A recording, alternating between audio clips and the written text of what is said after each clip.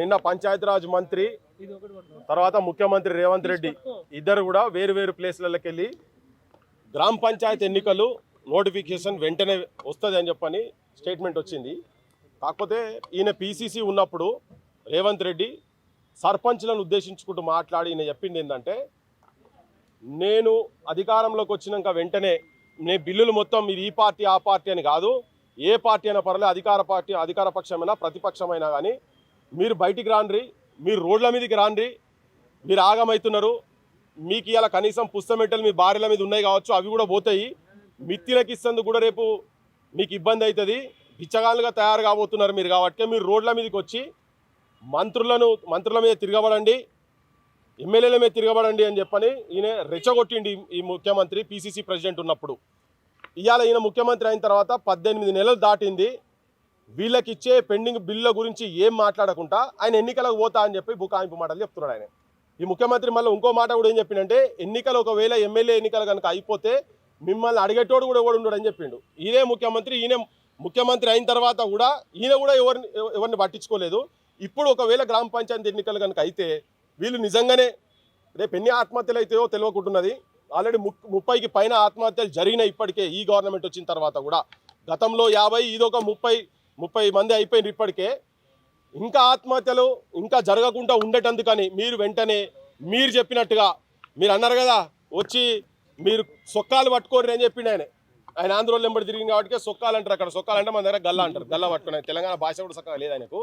So మేమేం చెప్తున్నాం అంటే, మేము ఈ గల్లాలు పట్టుకుంటేందుకు రెడీగా ఉన్నాం, ఏడికి రావాలో చెప్పు. మరి నీ పోలీసు వాళ్ళని జర పక్కకు పెట్టి మీ గల్లాలు పడతామో ఇంకేం చేస్తామో నువ్వు చెప్పిన భాషనే, నువ్వు ఏదో చెప్పినావో దాన్నే మేము ఆచరిస్తాం, నువ్వే మాకు మార్గదర్శకునివి కాబట్టి మేము నీ గల్లా పట్టి అడుగుతాము. బిడ్డ నువ్వు ఎవరికి పైసలు ఇచ్చినావు చెప్పు, ఏ సర్పంచ్ అకౌంట్లో పడ్డాయో చెప్పు. మొన్న కూడా 130 ఎన్నో కోట్లు అనౌన్స్ చేసిండు. ఒక్క సర్పంచ్ కూడా, చాలా మంది సర్పంచ్లతో మాట్లాడినాం, ఏ సర్పంచ్ అకౌంట్లలో పడలేదు.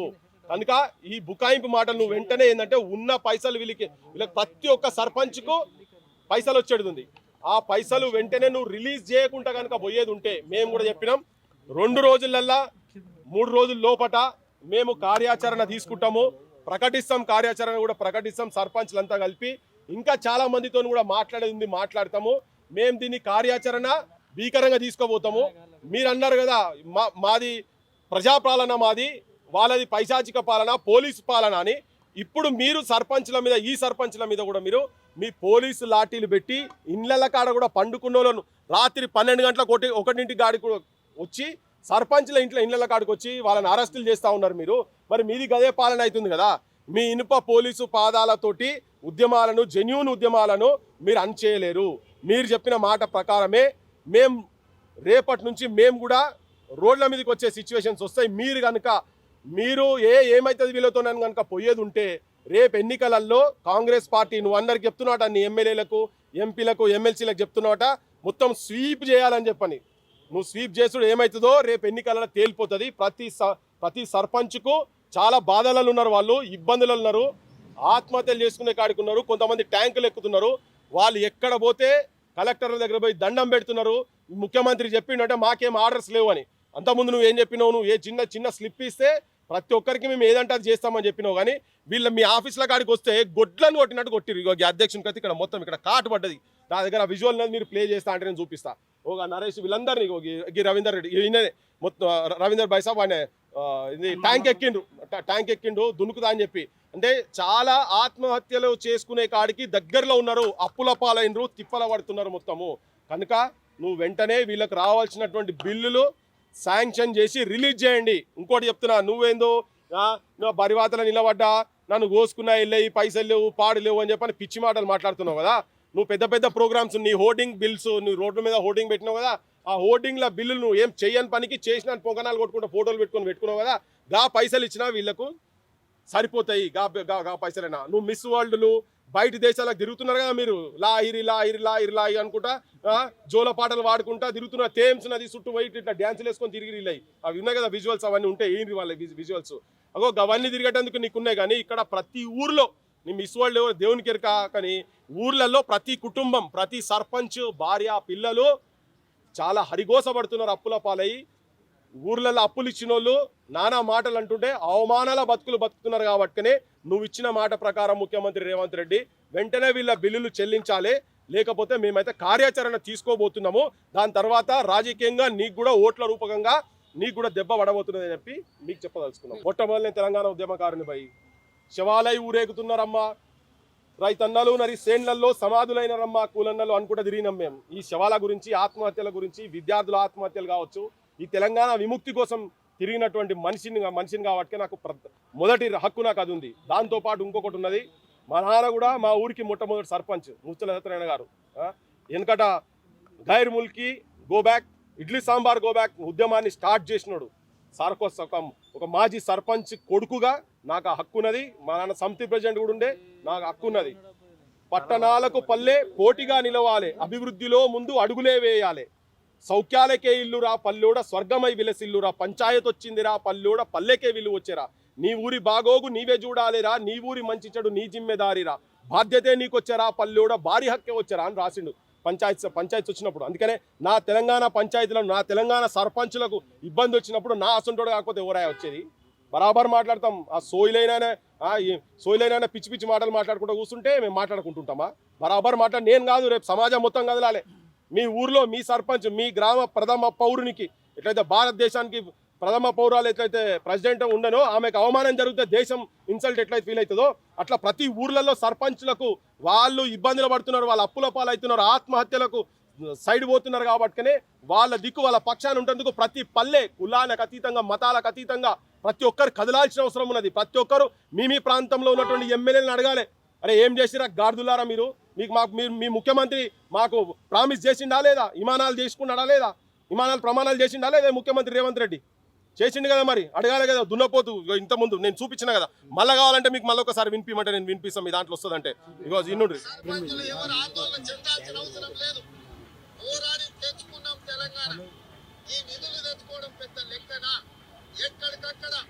సర్పంచులకు నేను విజ్ఞప్తి చేస్తున్నా, మీరు పాలక పక్షమా ప్రతిపక్షమా ఏ పక్షమో మేము పట్టించుకోదలుచుకోలేదు.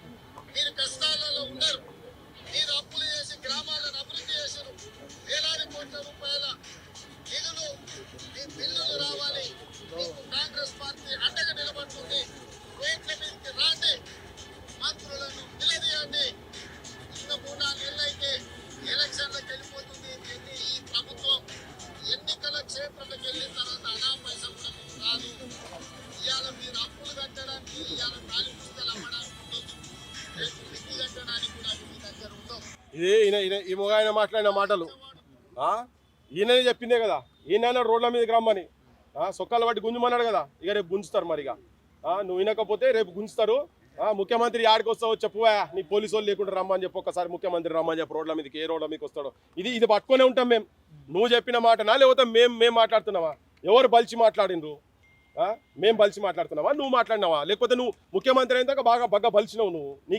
నీకు జనంతో సంబంధం లేకుండా నీ నోటికి వచ్చినట్టు నువ్వు అప్పుడు నోటికి వచ్చినట్టు మాట్లాడతావు, ఇప్పుడు నోటికి వచ్చినట్టు మాట్లాడతావు, నోటికి వచ్చినట్టు చేస్తావు, ఒళ్ళు వలిగేటట్టు కొట్టిస్తావు పోలీసులతో. ఇదేనా నీ ప్రభుత్వం? ఇదేనా నీ ప్రజాపాలన?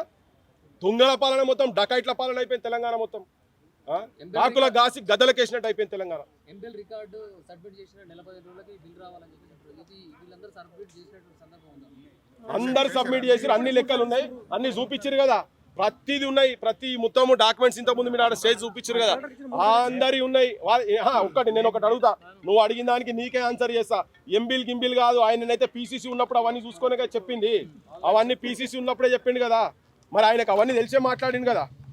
ఆయన రోడ్ సైడ్ రోమియో కాదు కదా, పాండబల సుట్ట బీడీలు లాగకుండా తిరిగేటోడు కాదు కదా. ఆయనకు తెలుసు కదా అవన్నీ, అవి తెలిసే మాట్లాడింది కదా. నా ప్రభుత్వం వచ్చినాక అవన్నీ నేను చేస్తాను కదా, రెచ్చగొట్టిండు కదా, మంత్రులను అడ్డుకోండి అని చెప్పిండు కదా. మరి అవన్నీ తెలిసే చేసిండు కదా. మరి క్వశ్చన్కి ఇక్కడ విలువే ఉన్నది. అన్నీ ఉన్నాయి, అన్నీ తెలుసు ఆయనకు. బిల్లులు కావాలి, బిల్లులు ఇవ్వాలి, తెలుసుకోలే ఆయన. అంతే. రేపు తిరగబడతారు, ప్రజలు కూడా తిరగబడతారు. ప్రజలు కూడా తిరగబడాల్సిన అవసరం ఉన్నది.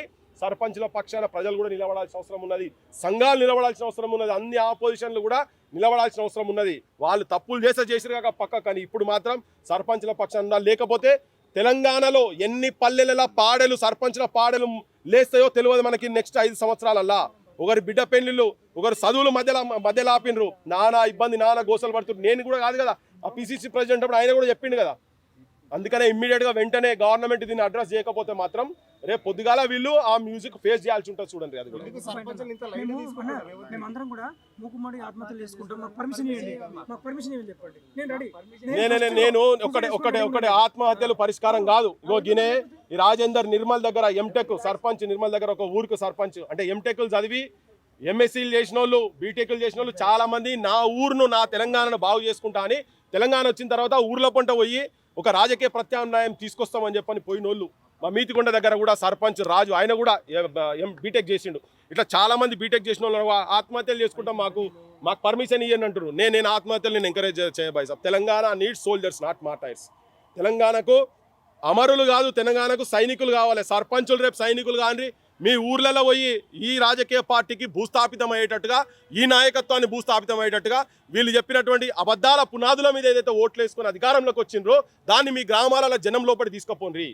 అది తీసుకుపోయి ఆ చైతన్యం తీసుకొస్తే నిలబడగలుగుతారు. కానీ ఆత్మహత్యలు దీనికి పరిష్కారం కాదు. ఇలా మా బోటలో నేను కూడా వచ్చి నేను ఓపెన్గా ఎందుకు మాట్లాడుతున్నా అంటే వాళ్ళకు ఒక ధైర్యం ఇవ్వాలని చెప్పి ఇన్ని రోజుల నుంచి అప్లికేషన్లు ఇచ్చుకుంటా 18 నెలల నుంచి ప్రతి ఆఫీస్కు అంటారు కదా, మొక్కని బండ లేదు, తొక్కని గడప లేదు, దేవుడు లేడు అన్నట్టుగా వీళ్ళన్నిటి దగ్గర పోయిన తర్వాత కూడా వాళ్ళ ఒక్క అప్లికేషన్ కూడా కనీసం కన్సిడర్ చేయలేదు కదా. అందుకే ఇవాళ వచ్చి దానికి వేరే రూపం తీసుకుపోయే ప్రయత్నం జరుగుతూ ఉన్నది ఇక్కడ.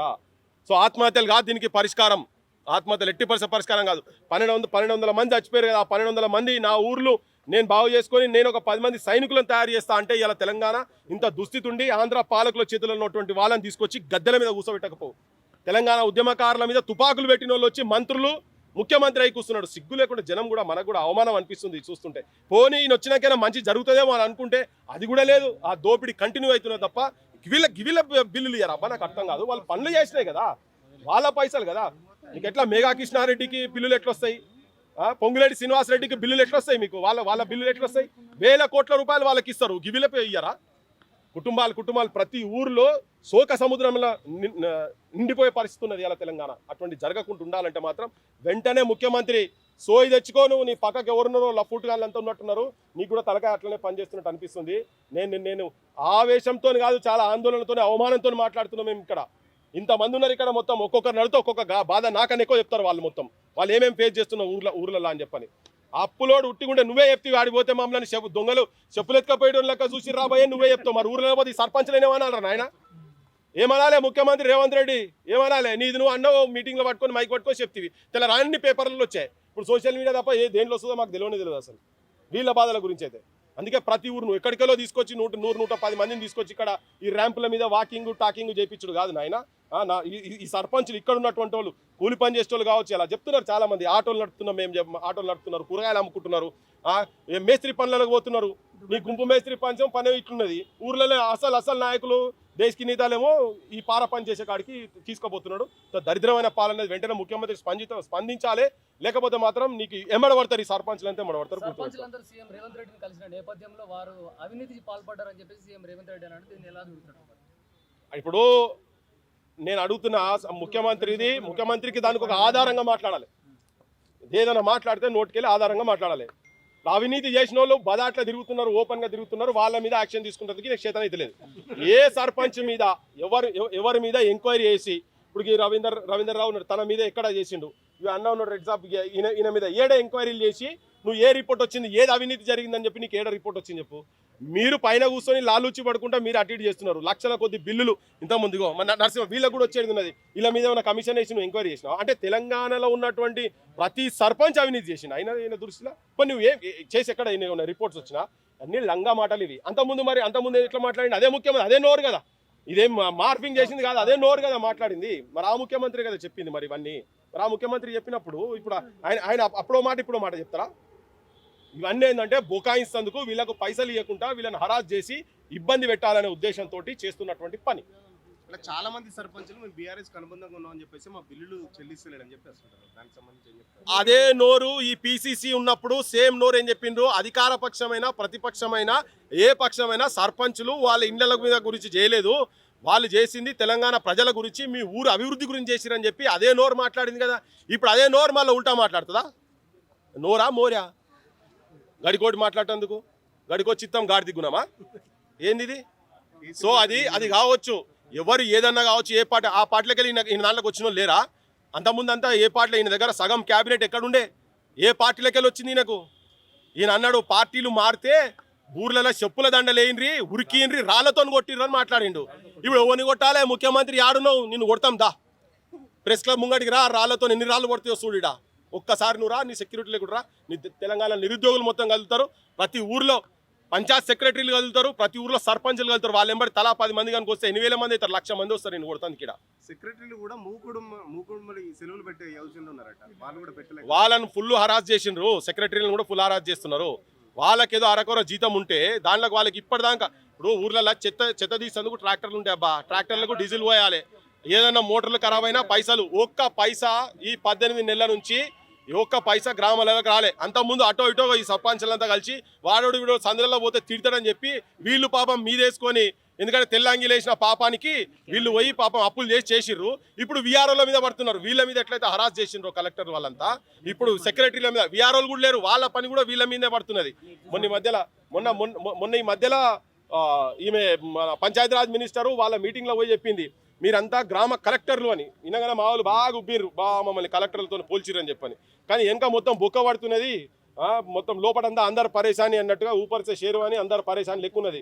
వాళ్ళు పోతే పంచాయత్ సెక్రటరీలు కానీ లోపల మొత్తం ఆర్థిక ఇబ్బందులతోటి, పని ఒత్తిడితోటి ఏ టైంలో ఎవరు ఫోన్ చేస్తారో, ఎందుకంటే భారం మొత్తం వాళ్ళ మీద పడుతున్నది, మన పంచాయత్ సెక్రటరీలు పడుతున్నది కాబట్టి, విఆర్ఓ లేనందుకు వీళ్ళ మీద ఇంకా అడిషనల్ భారం పడుతున్నది కాబట్టి వాళ్ళు కూడా నానా ఇబ్బందులు పడుతున్నారు. ఇప్పుడు కొత్తగా వాళ్ళకు ఫేషియల్ బొమ్మలు ఉండాలట, 50%కి ఎక్కువ ఆడవాళ్ళు ఉన్నారట, వాళ్ళ ప్రైవసీకి దెబ్బతింటది కాబట్టినే మా ఈ పెట్టకండి, దయచేసి అవి పెట్టకండి. ఎందుకంటే థర్డ్ పార్టీ చేతులలో ఉంటుందంట, మనది థర్డ్ పార్టీ చేతులలో ఉంటాయి. ఇప్పుడు ఈ సక్కదనం వాళ్ళు గవర్నమెంట్ ఉన్న చేతులలో ఉంటేనే ఏమేమో మిస్యూజ్ అవుతున్నాయి.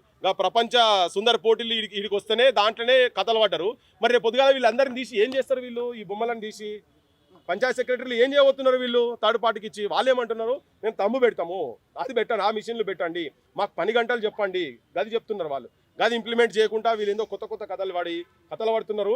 వీళ్ళు క్షేత్రస్థాయిలో బాగా బద్నాం కాబోతున్నారు. ఇవన్నీ మార్చుకోకపోతే మాత్రం శిక్ష పడుతుంది వీళ్ళకు. వీళ్ళు ఏంటంటే గత ప్రభుత్వం మీద ఉన్నటువంటి వ్యతిరేకతను వచ్చి కూర్చున్నారు. కానీ వీళ్ళు ఏమనుకుంటారు అంటే మా బలంతోనే వచ్చినాం మేము, వీళ్ళు పెద్ద మచ్చర్ పైల్వాన్లు వచ్చి కూర్చున్నట్టుగా వీళ్ళేందో ఫీల్ అవుతున్నారు. అంత సీన్ లేదు వీళ్ళకి. విదేశాల్లో ఉన్నత విద్యను చదువుకోవాలని అనుకుంటున్నారా? అయితే వెంటనే ఫ్లైగ్రాడ్ ఓవర్సీస్ ఎడ్యుకేషన్ కన్సల్టెన్సీని సంప్రదించండి. మీ విదేశీ కలలను సాకారం చేసుకోండి. ఫ్లైగ్రాడ్